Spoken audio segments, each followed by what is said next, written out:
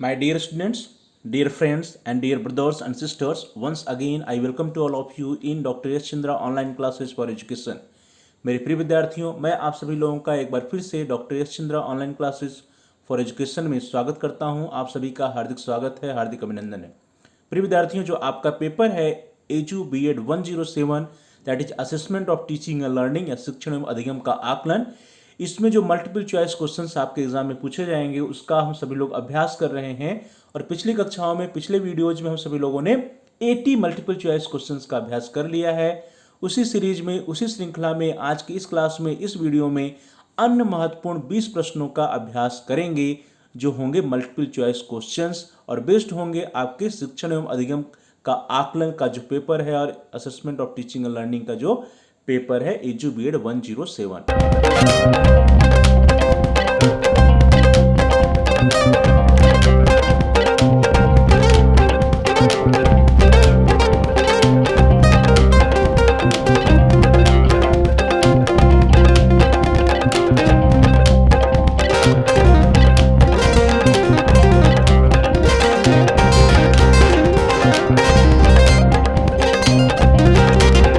Class को start करते हैं और आज के लिए पहला प्रश्न आपकी स्क्रीन पर आ रहा है। क्वेश्चन नंबर 81, प्रश्न संख्या 81। प्रश्न है, किस प्रकार के मापन के द्वारा कितना प्रश्न का उत्तर मिलता है? What type of measurement gives the answer to the question how much? And your options are, आपके विकल्प हैं ए गुणात्मक मापन के द्वारा बाय क्वालिटेटिव मेजरमेंट, बी मात्रात्मक मापन के द्वारा या बाय क्वांटिटेटिव मेजरमेंट, सी गुणात्मक व मात्रात्मक मापन दोनों के द्वारा that is by both qualitative and quantitative measurement, and D उपर्युक्त में से कोई नहीं या नन ऑफ द एबव। तो डियर स्टूडेंट्स, किस प्रकार के मापन के द्वारा कितना प्रश्न का उत्तर मिलता है या what type of measurement gives the answer to the questions how much? How much या कितना का आंसर में किससे मिलता है? क्वालिटेटिव मेजरमेंट से नहीं मिलता है बल्कि किससे मिलता है? क्वांटिटेटिव मेजरमेंट से मिलता है। So here the B option is the right option. जो क्वांटिटेटिव मेजरमेंट होता है, मात्रात्मक मापन होता है, उसके द्वारा हमको हाउ मच या कितना प्रश्न का उत्तर मिलता है। नेक्स्ट क्वेश्चन, क्वेश्चन नंबर 82, प्रश्न संख्या 82। प्रश्न है, कौन सा संज्ञानात्मक पक्ष का उदाहरण नहीं है? Which one is not an example of cognitive aspect? And your options are A मूल्यांकन, बी अनुक्रिया, सी अवबोध, डी संश्लेषण। A evaluation, B responding, C understanding and D synthesis. तो डियर स्टूडेंट्स, ये आपने ब्लूम्स टेक्सोनॉमी आपको याद होगी। तो ब्लूम्स टेक्सोनॉमी में जो कॉग्निटिव एस्पेक्ट है उसके जो ऑब्जेक्टिव्स हैं उसमें इवेल्युएशन है, अंडरस्टैंडिंग है और सिंथेसिस है, लेकिन रिस्पॉन्डिंग नहीं है। सो हियर जो बी ऑप्शन है, B option is the right option. Responding या अनुक्रिया जो है वो संज्ञानात्मक पक्ष का उदाहरण नहीं है या संज्ञानात्मक पक्ष के उद्देश्य के अंतर्गत नहीं आता है। अगला क्वेश्चन, क्वेश्चन नंबर 83, प्रश्न संख्या 83। प्रश्न है, वैधता का मुख्य व्यवहार होता है। The main behaviour of validity is, and your options are A to test behaviour, B to norms behaviour, C to cognitive और mental aspect behaviour, and D all of the above. वैधता का मुख्य व्यवहार होता है, ए है परीक्षण व्यवहार को, बी है मानदंड व्यवहार को, सी है मानसिक पक्ष व्यवहार को, डी है उपर्युक्त सभी। तो डियर स्टूडेंट्स, वैधता का जो मुख्य व्यवहार होता है, the main behaviour of validity, उसके अंतर्गत परीक्षण व्यवहार को या टू टेस्ट बिहेवियर आता है, मानदंड व्यवहार या टू नॉर्म्स बिहेवियर आता है और मानसिक पक्ष व्यवहार या टू कॉग्निटिव और मेंटल एस्पेक्ट बिहेवियर भी आता है। तो इस तरह से यहाँ पे डी ऑप्शन जो है ऑल ऑफ द एबव या उपर्युक्त सभी यह सही है। अगला प्रश्न आपकी स्क्रीन पर, क्वेश्चन नंबर 84, प्रश्न संख्या 84। प्रश्न है, सरल रेंडम न्यादर्श विधि में सभी इकाइयों के चयन की प्रायिकता होती है। The probability of selecting all the units in the simple random sampling method is, and your options are A is equal, B is unequal, C is zero and D none of the above. अर्थात A है समान होती है, B है असमान प्रायिकता होती है, सी है जीरो होती है, शून्य प्रायिकता होती है, या डी है उपरोक्त में से कोई नहीं। तो जो सिंपल रैंडम सैंपलिंग होती है या सरल रैंडम न्यादर्श विधि है जो सैंपलिंग की, उसमें जितने भी इकाई या यूनिट्स होते हैं हमारे पास, उनके चयन की क्या संभावना होती है, उनके चयन की क्या प्रोबेबिलिटी होती है, क्या प्रायिकता होती है। प्रश्न है तो उनके चयन की जो प्रायिकता होती है स्टूडेंट्स वो इक्वल होती है, न कि जीरो या अनइक्वल होती है। So here the A option is the right option. Simple random sampling में सभी इकाइयों के चयन की प्रायिकता समान होती है, इक्वल होती है। Now the next question, question number 85, प्रश्न संख्या 85। प्रश्न है, किस प्रकार के चरों का मान दशमलव या भिन्न में भी हो सकता है? Which type of variables can have a value in a decimal or a fraction? And your options are A, value of discrete variable या असतत चर का मान, B, value of continuous variable या सतत चर का मान, C, value of qualitative variable या गुणात्मक चर का मान, and D, value of all type of variables है सभी प्रकार के चरों का मान। तो डियर स्टूडेंट्स, किस प्रकार के चरों का मान डेसिमल में या भिन्न में, दैट इज डेसिमल या फ्रैक्शंस में हो सकते हैं? तो किसके हो सकते हैं? जो डिस्क्रीट होता है उसका नहीं हो सकता है। जो कंटिन्यूअस वेरिएबल्स होते हैं या सतत चर होते हैं, इन्हीं का मान जो है क्या हो सकता है? डेसिमल या फ्रैक्शंस में हो सकता है। So here the B option is the right option. Continuous variable या सतत चर का मान दशमलव या भिन्न, दैट इज डेसिमल या फ्रैक्शंस में हो सकते हैं। नेक्स्ट क्वेश्चन, क्वेश्चन नंबर 86, प्रश्न संख्या 86। प्रश्न है, किस स्तर के मापन की मुख्य विशेषता परम शून्य बिंदु का विद्यमान होना है? The main features of which level of measurement is the existence of an absolute zero point, and your options are A, nominal level या nominal scale, B, ordinal level, C, interval level, and D, ratio level, अर्थात नामित स्तर, क्रमित स्तर, अंतरित स्तर या आनुपातिक स्तर। तो फिर विद्यार्थियों, किस स्तर के मापन की मुख्य विशेषता परम शून्य बिंदु का विद्यमान होना या एब्सोल्यूट जीरो पॉइंट का विद्यमान होना है? नॉमिनल नहीं, ऑर्डिनल नहीं, इंटरवल नहीं, बल्कि जो रेशियो लेवल होता है, आनुपातिक स्तर होता है, इसी में परम शून्य बिंदु या एब्सोल्यूट जीरो पॉइंट उपस्थित होता है। So here the D option is the right option. Next question, question number 87, प्रश्न संख्या 87। प्रश्न है, परीक्षण को वस्तुनिष्ठ बनाकर किस प्रकार की त्रुटियों को दूर किया जा सकता है? Which type of errors can be removed by making the test objective? And your options are A, personal errors, B, variable errors, C, constant errors, and D, interpretive errors. अर्थात ए है व्यक्तिगत त्रुटियों को, बी है चर त्रुटियों को, सी है स्थिर त्रुटियों को, और डी है व्याख्यात्मक त्रुटियों को। तो डियर स्टूडेंट्स, परीक्षण को जब हम अधिक ऑब्जेक्टिव बनाएंगे या वस्तुनिष्ठ बनाते हैं तो उसके द्वारा कौन सी त्रुटियां कम होती हैं, कौन सी त्रुटियों को हम दूर कर सकते हैं? स्थिर नहीं, चर नहीं, व्याख्यात्मक नहीं, बल्कि जो पर्सनल एरर्स होता है, जो एग्जामिनर्स के द्वारा एरर्स की जाती हैं, त्रुटियां की जाती हैं, उसको हम कम कर सकते हैं, उसको हम दूर कर सकते हैं। So here the A option is the right option. Personal errors या व्यक्तिगत त्रुटियों को दूर किया जा सकता है या कम किया जा सकता है by making the test objective. And your options and your next question is question number 88, प्रश्न संख्या 88। प्रश्न आपकी स्क्रीन पर है। प्रश्न है, वैधता गुणक या वैधता गुणांक की गणना विधि है। The method of calculation of validity coefficient is और are, and your options are A, correlation method या सहसंबंध विधि, बी, एक्सपर्ट रिव्यू मेथड या विशेष पुनरावलोकन विधि, सी, ऑब्जर्वेशन मेथड या निरीक्षण विधि, and D, all of the above या उपर्युक्त सभी। तो डियर स्टूडेंट्स, वैधता गुणांक या वैधता गुणक की गणना विधि कौन सी है? Which method is the method of calculation of validity coefficient? तो सहसंबंध विधि या कोरिलेशन मेथड जो है, इसके द्वारा हम वैधता गुणांक की गणना कर सकते हैं। विशेष पुनरावलोकन विधि, एक्सपर्ट रिव्यू मेथड के द्वारा भी कर सकते हैं। ऑब्जर्वेशन मेथड या निरीक्षण विधि के द्वारा भी कर सकते हैं। So here the D option is the right option, all of the above या उपर्युक्त सभी। नेक्स्ट क्वेश्चन, क्वेश्चन नंबर 89, प्रश्न संख्या 89। प्रश्न है, किसी व्यक्ति की लंबाई 5 फुट 3 इंच है, यह किस प्रकार के मापन का उदाहरण है? Height of a person is 5 feet 3 inches is an example of which type of measurement? And your options are A, of qualitative measurement, B, of quantitative measurement, C, both qualitative and quantitative measurement, and D, none of the above। अर्थात A है गुणात्मक मापन का उदाहरण है, B है मात्रात्मक मापन का उदाहरण है, C है गुणात्मक व मात्रात्मक मापन दोनों का उदाहरण है, D उपरोक्त में से कोई नहीं। तो प्रिय विद्यार्थियों, किसी व्यक्ति की लंबाई 5 फुट 3 इंच है, यह जो मापन है एक प्रकार का कौन सा मापन? गुणात्मक नहीं, बल्कि क्या है? क्वांटिटेटिव मेजरमेंट है या मात्रात्मक मापन है। So here the B option is the right option. Next question, question number 90, प्रश्न संख्या 90। प्रश्न है, किसी समूह की संरचना को किस रेखा चित्र के द्वारा प्रस्तुत करते हैं? By which graph or diagram do you represent the structure of a group? And your options are A, by pie diagram या वृत्त चित्र, बी, बाय बार डायग्राम या दंड आरेख, सी, बाय फ्रीक्वेंसी पॉलीगन या आवृत्त बहुभुज, एंड डी, ओजाई या तोरण या ओगिव।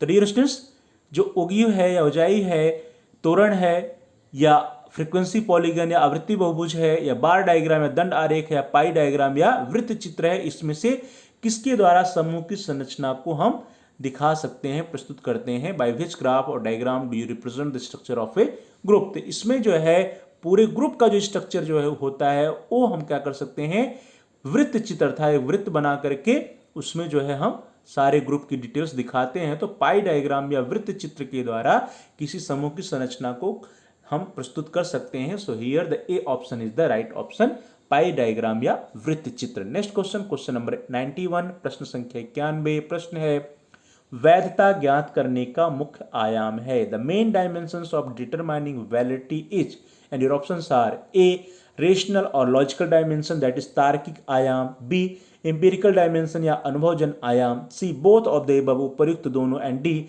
नन ऑफ द एबव या उपर्युक्त दोनों में से कोई नहीं। तो प्रिय विद्यार्थियों, वैधता ज्ञात करने के जो मुख्य आयाम हैं, जो मेजर डायमेंशंस है, मेन डायमेंशंस हैं for determining the validity, that are rational और लॉजिकल डायमेंशंस, तार्किक आयाम, as well as empirical dimension, that is अनुभवजन आयाम। So here in this way the C option is the right option, both of the above या उपर्युक्त दोनों। यहां पे सी विकल्प जो है आपका सही है। नेक्स्ट क्वेश्चन, क्वेश्चन नंबर 92, प्रश्न संख्या 92। प्रश्न है, विश्वसनीयता गुणांक को प्रभावित करते हैं। Reliability coefficients are affected by, and your options are A construction of test, B time gap between two test, C length of the test, and D all of the above. अर्थात परीक्षण की संरचना विश्वसनीयता गुणांक को प्रभावित करती है, या परीक्षणों के मध्य समयांतर प्रभावित करता है, या परीक्षण की लंबाई विश्वसनीयता गुणांक या विश्वसनीयता गुणक को प्रभावित करती है। तो रिलायबिलिटी कोएफिशिएंट किससे अफेक्टेड होता है? परीक्षण की संरचना से होता है, कंस्ट्रक्शन ऑफ टेस्ट से, परीक्षणों के मध्य समयांतर या time gap between two test इससे भी होता है, और परीक्षण की लंबाई या लेंथ ऑफ द टेस्ट से भी होता है। So here the D option is the right option, all of the above.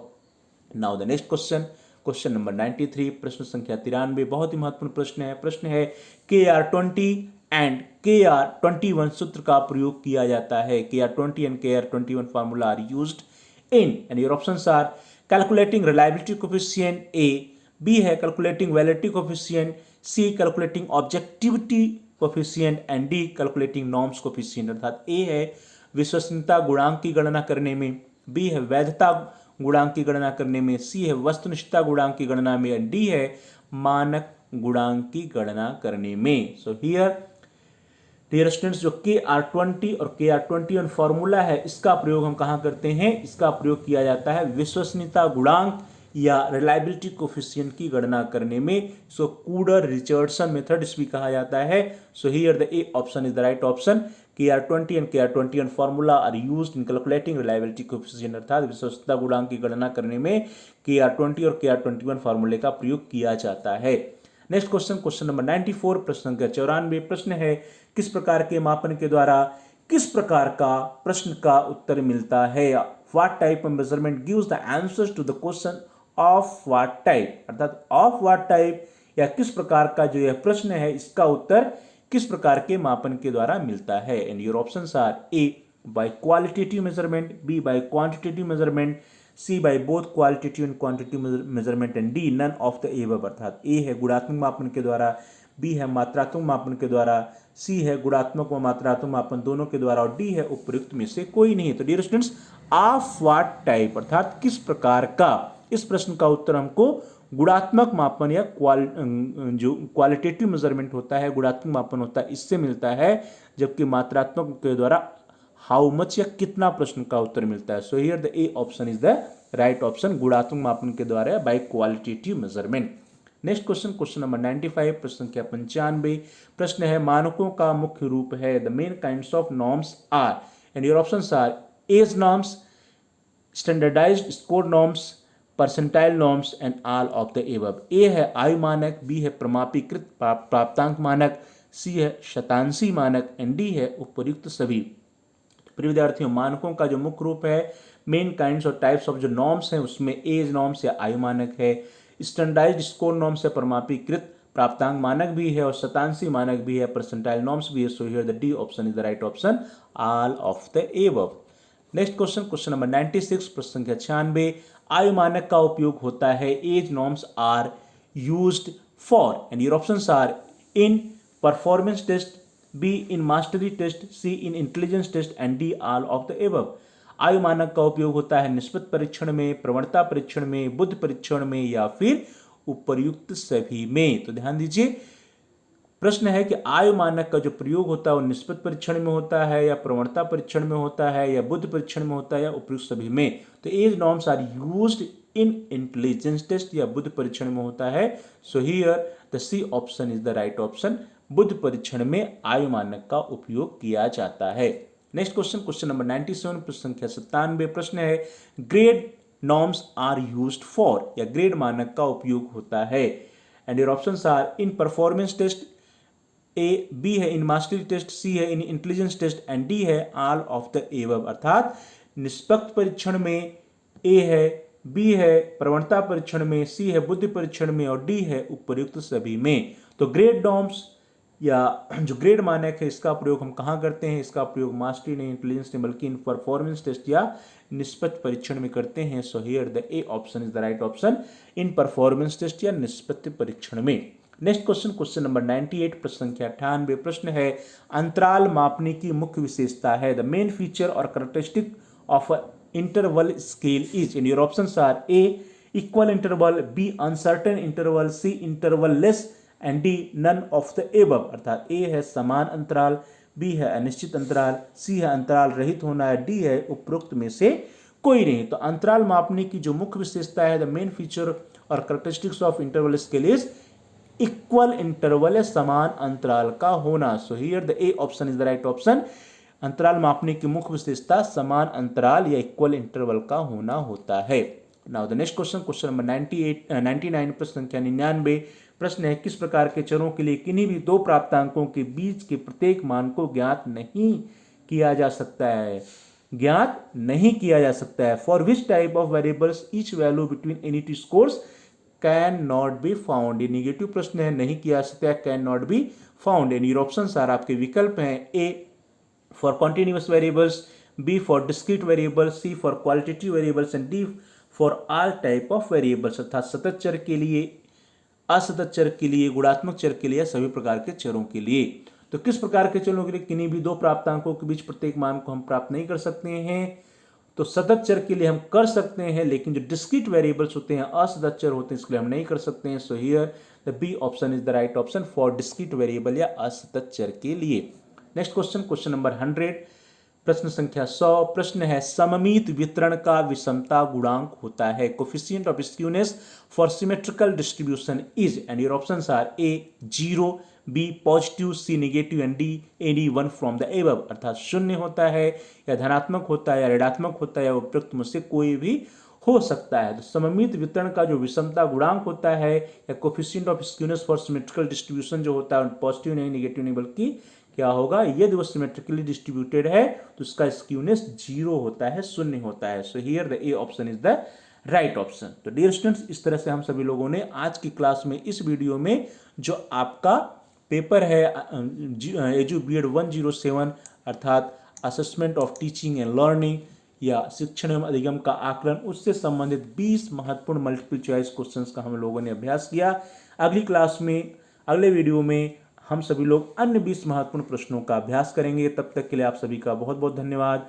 Thanks for watching. Thanks to all of you. Please like, share and comment on the video. Dear students, आप इस video को like कीजिए और इस video को अधिक से अधिक अपने फ्रेंड सर्किल में, दोस्तों के साथ, मित्रों के साथ शेयर कीजिए, जिससे कि वे भी इस वीडियो का लाभ उठा सकें। और साथ ही साथ आप इस वीडियो पे कमेंट्स भी कर सकते हैं।